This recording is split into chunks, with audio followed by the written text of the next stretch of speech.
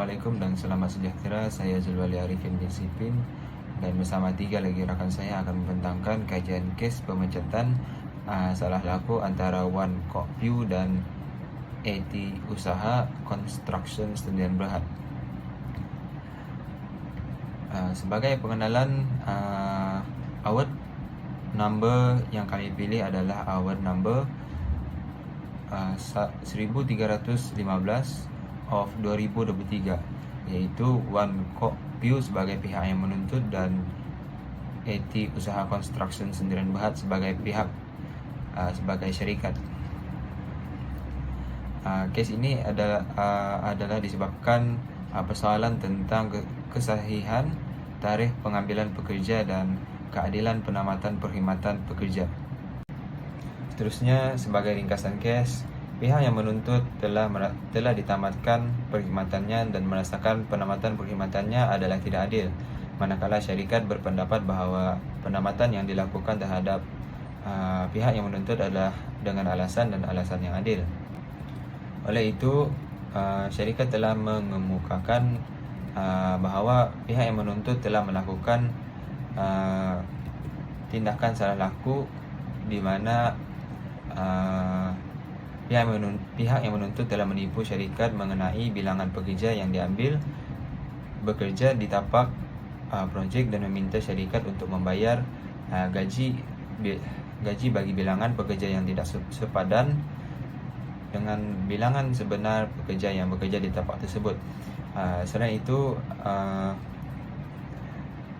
syarikat juga menyatakan bahawa pihak yang menuntut telah memberikan maklum balas dengan cara yang bermusuhan kepada pengarah dan mengancam untuk mensabotaj tapak projek tersebut, serta pihak yang menuntut juga telah memberikan sogokan. Oleh itu, berdasarkan beberapa kes lepas, mahkamah telah memutuskan bahawa penamatan perkhidmatan terhadap pihak yang menuntut oleh syarikat adalah dilakukan dengan adil. Oleh itu, tuntutan yang dilakukan oleh pihak yang menuntut adalah ditolak. Seterusnya, saya akan membentangkan tentang fakta dan penghujaan bagi kes ini. Dalam penilaian dan penemuan mahkamah, sama ada pihak menuntut adalah pekerja syarikat sejak April 2019, pihak menuntut dalam hujannya telah mendakwa bahawa syarikat telah membangkitkan bantahan awal, sama ada pihak menuntut adalah seorang pekerja syarikat. Selepas meneliti kertas sebab, mahkamah yakin bahawa syarikat tidak membangkitkan bantahan awal dalam pleading mereka maupun dalam hujaan mereka seperti yang didakwa oleh pihak penuntut. Syarikat hanya menafikan pengeluaran surat perlantikan yang bertarikh 20 April 2019. Syarikat berpendapat bahawa pihak menuntut sebenarnya dilantik sebagai pengurus projek melalui surat perlantikan bertarikh 20 April 2020. Syarikat pihak menuntut telah menyelia projek tersebut sejak Mei 2019.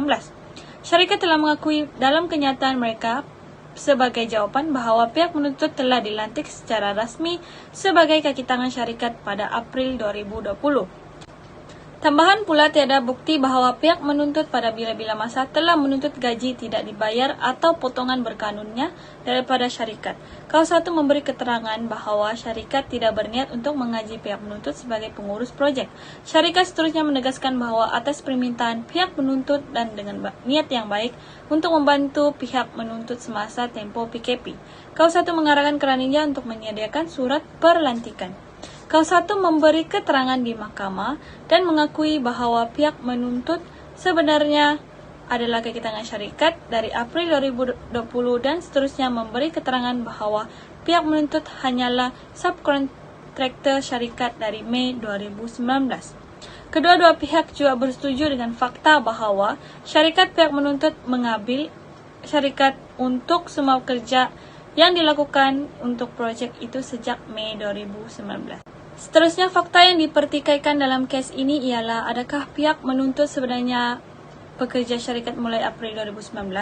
Pertama, mahkamah mengatakan pihak menuntut tidak bekerja pada April 2019, tetapi sebaliknya beliau telah dilantik sebagai pengurus projek pada April 2020. Syarikat berpendapat bahawa adalah mustahil untuk mengaji pihak menuntut sejak April 2019 kerana syarikat tidak wujud pada masa itu. Syarikat hanya ditubuhkan pada 3 Mei 2019. Surat pelantikan nampaknya adalah surat yang tulen kerana surat ini ditandatangani oleh KAU 1 selepas syarikat telah ditubuhkan dan KAU 1 mempunyai kuasa untuk menandatangani surat tersebut atas kapasitinya sebagai pengarah urusan. Mahkamah ini berpandangan bahawa surat pelantikan adalah tidak sah atas sebab yang tersebut di atas. Tidak mungkin secara sah untuk melantik seorang pekerja di bawah syarikat apabila syarikat itu sendiri tidak wujud pada mulanya. Kedua, slip gaji yang dikemukakan sebagai bukti oleh pihak menuntut sendiri adalah dari April 2020 hingga Julai 2020. Pihak menuntut mengakui bahawa pihak menuntut telah menagih syarikat untuk kerja-kerja yang dilakukan mulai Mei 2019. Seterusnya, saya akan membincangkan penilaian dan penemuan mahkamah yang terbagi kepada dua, iaitu sama ada pihak menuntut adalah pekerja syarikat sejak April 2019 dan seterusnya sama ada penamatan pihak menuntut adalah dengan hanya sebab dan alasan. Fakta yang dipertikaikan dalam kes ini ialah sama ada pihak menuntut sebenarnya adalah pekerja syarikat dari April 2019. Dengan itu, terdapat 3 penghakiman, iaitu pertama, mahkamah ini berpuas hati bahawa pihak menuntut tidak bekerja pada April 2019, tetapi sebaliknya, beliau dilantik sebagai pengurus projek pada April 2020. Syarikat berpendapat bahawa adalah mustahil untuk menggajikan pihak menuntut sejak April 2019 sebagai syarikat yang tidak wujud pada masa itu. Syarikat ini hanya ditubuhkan pada 3 hari bulan 5, 2019. Kedua, slip gaji yang dikemukakan sebagai bukti oleh pihak menuntut sendiri adalah daripada April 2020 sehingga Julai 2020. Pihak menuntut mengakui bahawa pihak menuntut telah menagih syarikat untuk kerja-kerja yang dilakukan mulai Mei 2019. Pihak menuntut adalah satu-satunya pemilik dalam syarikat pihak menuntut. Tiada slip gaji atau sebarang dokumen lain dikemukakan sebagai bukti untuk membuktikan bahawa pihak yang menuntut telah bekerja dalam borang April 2019. Ketiga, syarikat telah mengemukakan bukti untuk menunjukkan bahawa pihak menuntut telah menginvoice kepada syarikat untuk kerja-kerja yang dilakukan di bawah syarikatnya sendiri sejak Mei 2019 dan tiada slip gaji dikemukakan sebagai bukti untuk menunjukkan bahawa pihak menuntut adalah bekerja sebagai pengurus projek sejak April 2019. Bagaimanapun, slip gaji dimasukkan sebagai bukti adalah dari April 2020 hingga Julai 2020. Tambahan pula, tiada bukti dikemukakan oleh pihak menuntut untuk membuktikan bahawa dia telah menuntut gajinya yang belum dibayar mulai April 2019 hingga Mac 2020. Menurut pihak menuntut, syarikat tidak membayar gaji penuntut untuk tempoh 12 bulan sejak April 2019 dan tidak sumbangan telah dibuat oleh syarikat.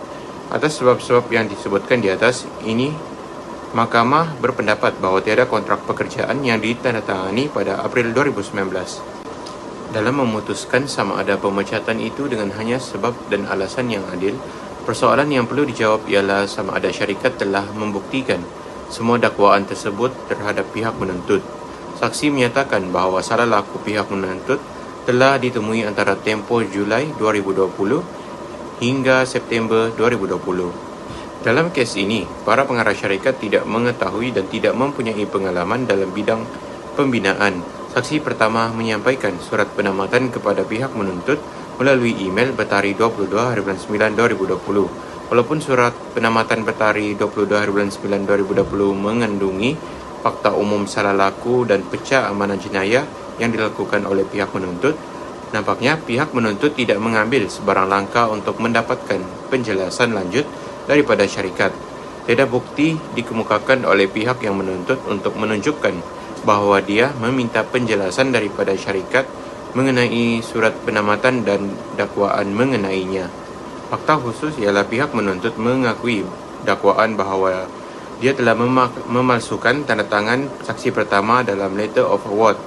Menurut pihak yang menuntut, beliau berhujah bahawa beliau mempunyai kuasa terhadap saksi untuk menandatangani, tetapi sebaliknya. Saksi telah mempersoalkan tindakan pihak menuntut melalui keterangan di mahkamah. Atas sebab ini, pihak menuntut telah gagal membuktikan dakwaan bahawa dia telah mendapat kelulusan, persetujuan atau kuasa daripada saksi pertama untuk mendatangani dokumen bagi pihak saksi.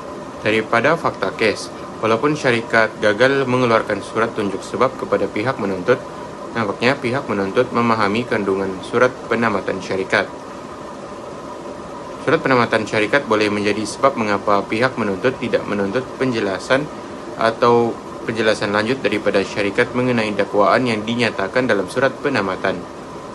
Seterusnya, saya akan membentangkan keputusan kes award kami yang mana keputusan dari kes pemecatan salah laku antara Wan Kok Peh dan Eti Usaha Contraction Sendirian Berhad selepas dinilai dan dianalisis bukti yang dikemukakan dan selepas mendengar kedua-dua belah pihak, Mahkamah telah membuat keputusan bahawa pihak menuntut sebenarnya telah ditamatkan perkhidmatan dengan sebab-sebab dan alasan yang adil. Oleh itu, tuntutan pihak menuntut dengan ini ditolak oleh Mahkamah serta-merta.